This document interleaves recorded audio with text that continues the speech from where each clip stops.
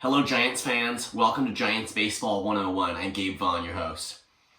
I know it's definitely been a while, and originally my plan was to keep up with one video a week in the off season, but that's been very difficult to maintain. So I think the only thing I'm really planning on is just to talk about whatever you all want to talk about. And I do have a question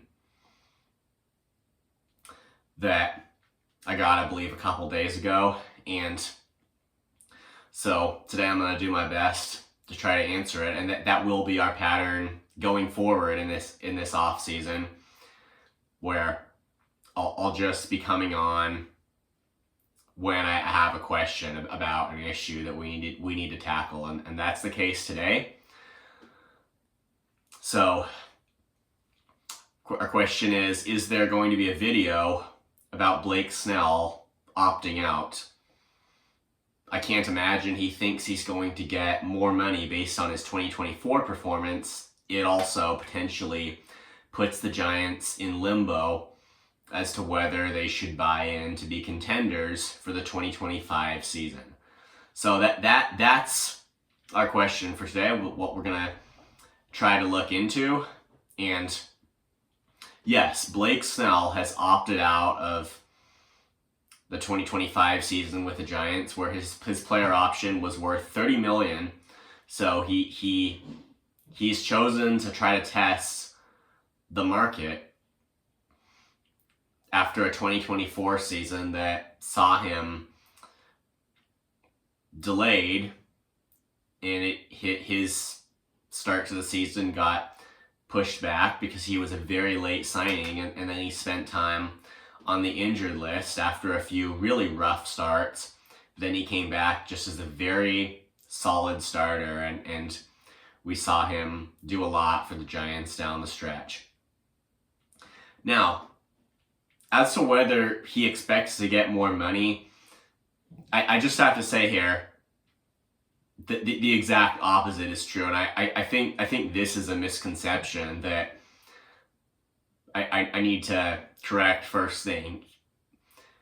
I can see why you might not think that he would expect to get more money, that he would think he'd have a better shot on the free agent market, but in reality the opposite is true. Absolutely, Blake Snell thinks he's going to get more money based on his 2024 performance.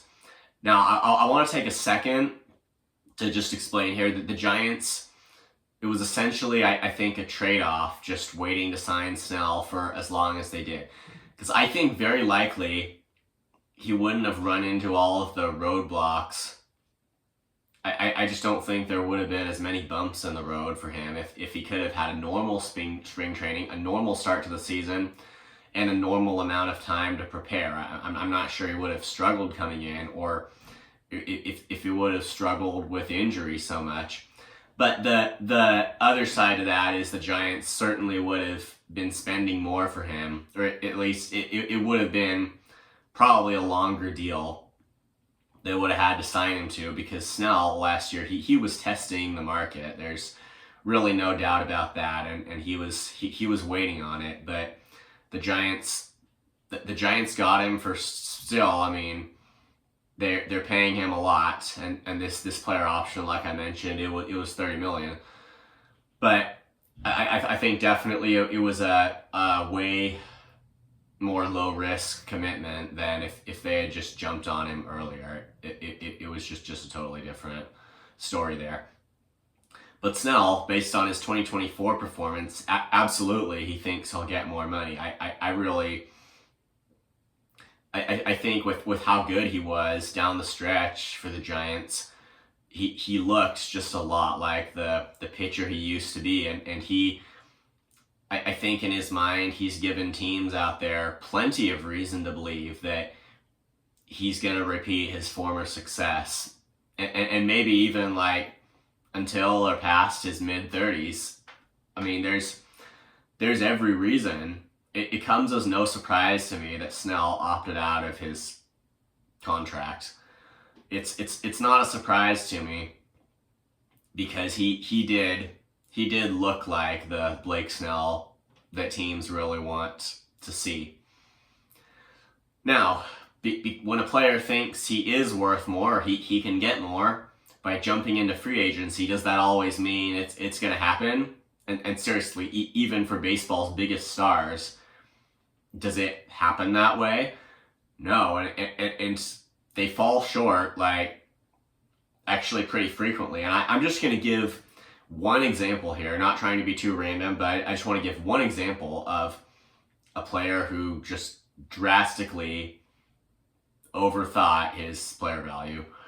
And that's Jake Arrieta, who was a part of the Chicago Cubs 2016 World Series championship team, and probably coming off just his huge performance for them in the postseason, plus just, how good he was in general in the season. When he hit free agency at the end of the 2017 season, the Cubs did make an attempt to re-sign him, and they offered him a 6-year, $126 million contract. Now that was not enough for Arrieta, who was being represented by the Boris Corporation, by the way. That was his agency. And it was late in the offseason, and he still wasn't taking it, and the Cubs ended up giving that rotation spot to Yu Darvish, who they signed to that amount of money. But Arrieta, who was looking for, I believe, over $200 million, didn't get anything near there, ended up signing a 3-year, $70 million contract with the Phillies. And, I mean, probably a long story short, don't know all of the details about what's happened to him since then, but just long story short, he did not get what he was looking for, and he was chasing more than what he was offered, and he didn't get it. Big example of a guy who just overvalued himself big time. And so who's hurt by that? Not Scott Boras. I understand that, because he pushes through enough deals. He can afford to miss on a few. That will happen occasionally. It does happen occasionally, but I think what gets attention are his huge deals. Mega deals. He signs guys too. So he wasn't the one hurt by that. It was Arrieta. That's just one example, and it's honestly I think a pretty extreme one. But just going back to Blake Snell, he absolutely thinks he's going to get more, but it's a gamble, and only time would really tell. So I mean, I think definitely you could be right there that he won't. I mean, it's all dependent on what different teams believe about him, and I think Blake Snell is a pitcher who, just because of, I mean, I think his strengths and weaknesses are, he's a pitcher who's just the most analyzed in terms of those. Probably just high on the list of guys that are really kind of analyzed deeply in terms of strength and weakness. So this year for him, heading into free agency, he definitely considers it to be a high note. He considers himself departing on a high note, and the risk factor, the main risk factor for him is that even before he signed with the Giants, he really wasn't projected to be a top level pitcher for the multi-year future, for like a long time down the stretch. He was seen as possibly an effective guy for like 2 or 3 years maybe, but he even before his deal with the Giants, he wasn't seen as a long-term guy. But now he's hoping to change that. He thinks he has changed that, and that's what he's looking for in free agency, but guys go wrong sometimes, and it's not impossible that could happen to him too. Now, I want to try to get to the second part of this whole discussion, which is essentially how does that affect the Giants? How does that affect them as contenders? And in terms of being contenders, I will first of all just say that this shouldn't even be a question anymore about whether they should buy in to be contenders. Their whole inability to do that, it wasn't a real inability. It was a philosophical thing, and we know that. They were being run by just to put it the nice way, just an administration that just wasn't able to connect to the Giants' past, and really had no idea how to build the kind of team that won championships for the Giants in 2010, 2012, and 2014, and even that appeared to put up a good chance of doing so again in 2016. They didn't know how to recreate any of that, and we know it. So hopefully that whole philosophical bias is over. The Giants, it's not that they can't. They can, and it's their responsibility to sign some free agents here. And that's just, I'm taking another